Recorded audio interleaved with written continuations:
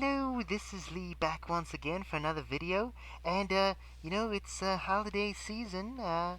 Anyway, making a video here. I did this long, kind of rambling, my thoughts, because that's the big thing nowadays, about a movie I just saw. Not well organized, just kind of fun. About Rogue One, a Star Wars story, that I saw in theaters not too long ago, just a few hours ago now. But anyway, um, I have a new perspective, and I've been thinking about this ever since I saw it, pretty much.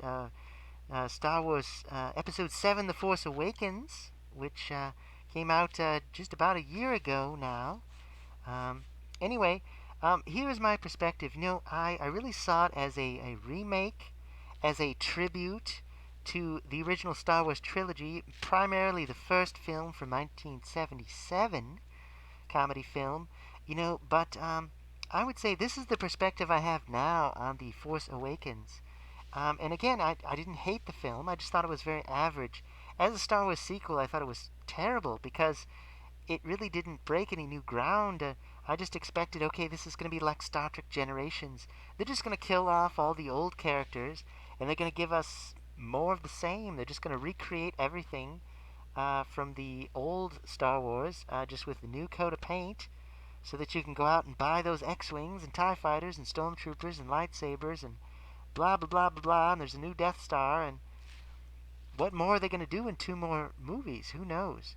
Hopefully something more original than that. Um, I can just watch the old movies and enjoy them. I don't need, you know, um, you know, 4 more hours of the same stuff from those movies just to make it even more boring. But anyway, here is my perspective now on The Force Awakens. And here's what it is. I'm sure I'm not the first person who's thought of this, but this is Star Wars Choose Your Own Adventure. This is Star Tours. This is, Lucasfilm theme park kids adventure. Here is what happened. So, you have these 4 children, young adults, and they all love Star Wars.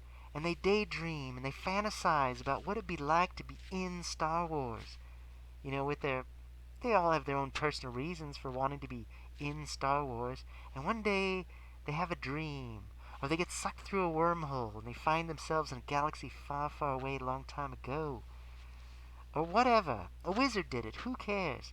But somehow these kids who love Star Wars are in Star Wars. They're living in the Star Wars universe. It's totally real for them. So what happens? So you get this young girl, who's estranged or separated from a family. She doesn't remember where she comes from, and she wants to be a pilot, and she just kind of has to struggle to stay alive, and that's her. And eventually, she realizes her dream. She gets to meet Han Solo and fly the Millennium Falcon. She gets to fight the Empire and become a Jedi. That's what she gets to do, and that's, Daisy Ridley's character. That's Rey. And then you have a young man. He's an African American. Actually, he's from the UK, the actor, but whatever. He's a young man, and he wants to be a stormtrooper. He wants to wear the armor, the shiny plastic, white, and he gets to carry the big gun, and he gets to march around with the Empire, and yeah, that'd be so cool.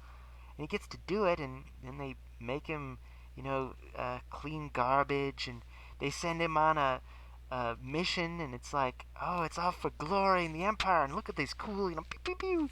But then it's like, oh yeah, you gotta kill these rebels. You gotta kill, these civilians and massacre these people that the Empire doesn't like. And he's like, ah, do I really have to do that? And then he sees his friend die in front of him, and he's like, this is not what I wanted. This isn't what I signed up for. This is terrible. And so that's Finn. And he finally meets people who aren't part of the Empire, and, they're not so bad. And they kind of make friends with him and kind of teach him to be an individual. And, hey, there's more to life than being the soldier and just marching around and doing what you're told. So that's Finn. And then you get another kid who, yeah, I just wanted to be a pilot, man. I want to fly an X-wing. That'd be so cool. And, I'm gonna be a, part of the rebellion and beat the Empire. So that's Poe Dameron. He gets to fly his X-wing, and he gets tortured by the Empire, and he gets kind of beat up, and he almost dies, and he sees what true heroism is really about. He learns the lesson that hey, you can't do it all. You're part of a team, and you can make real friends out there through adversity. Learn to trust, and they all learn to trust others and not just be self-sufficient. They're part of something bigger. Then you get another young man, kind of a disturbed young man. He really idolizes Darth Vader. I mean, the cool black mask and the voice, the voice. That impression was so real. I almost lost it for a second there. But anyway, he gets to do that, and he gets the big red lightsaber. Yeah, it's cool. Darth Maul. Darth Maul was cool too. The bad guys are always cooler than the good guys. The Sith, the dark side. Yeah, that's what I want to be. I want to be Darth Vader, and I'm gonna have a lightsaber that's like even bigger than his, and it's gonna have a little like thing going across like Darth Maul's, and the two beams coming out the sides. Like yeah, and I'm gonna train with the Emperor, and he's gonna teach me the dark side. I'm gonna be so powerful. I can like, I can, I can like stop a blaster bolt in midair, just like in a video game. It's like wow, that'd be so cool. I'm gonna be like a super villain. And so this young man, he and oh yeah, and I'm gonna be like related to the main characters. They all want to be related to the main characters. Like yeah, Han Solo's my dad. But it's like wait a minute, you get your wish, and you're a good person at heart, but you want to be evil for some reason. So you go around killing people to make yourself more evil. It's like there's no turning back. You've gone to the dark side, but you're just imperfectly evil. And so it's like, well, wait a minute. If Han Solo's my dad, he's a good guy. He's gonna fight me, because he fights Darth Vader. Han Solo and Darth Vader are enemies. Mortal enemies. Uh, so he ends up killing his own father. And he's tortured by it because he wants to be evil. He wants to be Darth Vader, but to be Darth Vader, he's got to be conflicted. And so, that's Kylo Ren. And he's very understandable, and he gets whiny like Anakin, pre-Darth Vader from the prequel trilogy. So that is The Force Awakens. Maybe there's other young men and women in there too. Maybe there's a young man who wants to be an Imperial officer. Yeah, I want to wear the cool uniform, and I want to order people around. I want to be on the Death Star. Yeah. And now you're going to blow up planets, and you're going to get yourself killed because the good guys are going to come and take you out. But that's what happens. And that's, I think, if you watch The Force Awakens through those eyes. Because I watched it as a tribute movie. I watched it as this is what you'd go to see when there's a big Star Wars fan convention. Everyone's like, okay, we got all our money together. We did a Kickstarter, and we made this movie, and we're going to call it Episode 7, The Force Awakens. Yeah, it's celebrating everything cool that we remember about Star Wars, and here it is. And you go, okay, that's nice. But you don't think of it as, this is the new Star Wars story that was always meant to be, and George Lucas always intended to do it that way. Sorry, George, very bad impression, I do apologize, but, Disney owns it now. Sorry. I kind of feel sorry for the man. He sold it all to Disney, and look what they did with it. But, they've made good things with it, too. He wants to retire quietly with his family, That's fine. He's done enough. George Lucas isn't, infallible. He's, made mistakes, but, he gave us a pretty good franchise, and a lot of people helped him do it, make it what it is, but, whatever. It's kind of like The Wizard of Oz, L. Frank Baum, created it, but other people continued it, whatever.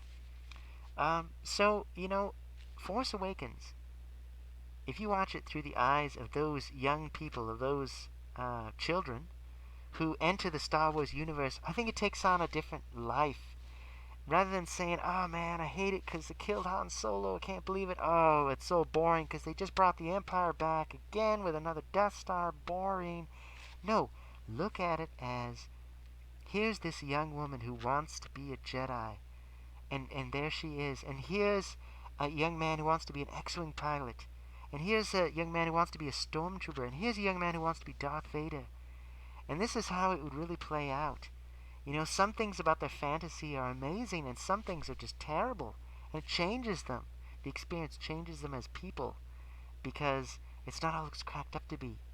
You know, they have fun, sure, but it's not all it's cracked up to be. And I think you can see some of the detachment too, because they're trying to play those roles, but they can't do it the same way the original characters did. You know, Rey is not Luke Skywalker. Rey is not Han Solo. Kylo Ren is not Darth Vader. Poe Dameron is not Wedge Antilles. He's not Biggs Darklighter. You know, he's not Luke Skywalker in an X-wing.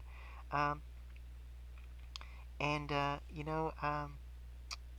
Finn, he's not any of the stormtroopers we saw before. He's not, Commander Cody. He's just an ordinary guy.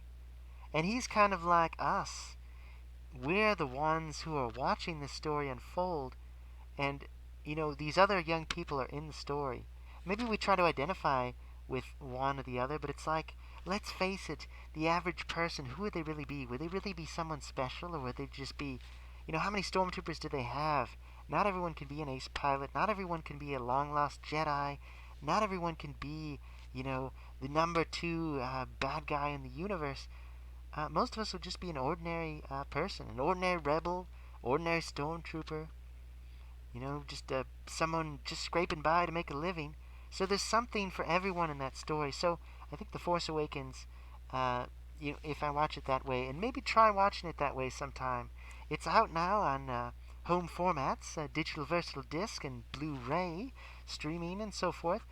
So watch it and see the Choose Your Own Adventure. See the kids at Star Wars theme parks. See the suck through a wormhole into the Star Wars universe. See if it makes it a better film for you. Or maybe it makes it a worse film. I mean, there's some fans that perfectly accept it as the next installment, and they can't wait for the next one to be just like that. Hopefully they don't repeat themselves again with episode 8 and 9. But we'll see what happens next year, I guess, because they're churning these out one per year before the whole thing runs out of steam. I will say, though, that the Rogue One, again, better film than Force Awakens, but completely different approach to telling a Star Wars story, completely different. And watch my review of Rogue One for more of my thoughts there. But thanks for watching, thanks for listening, and happy holidays to you.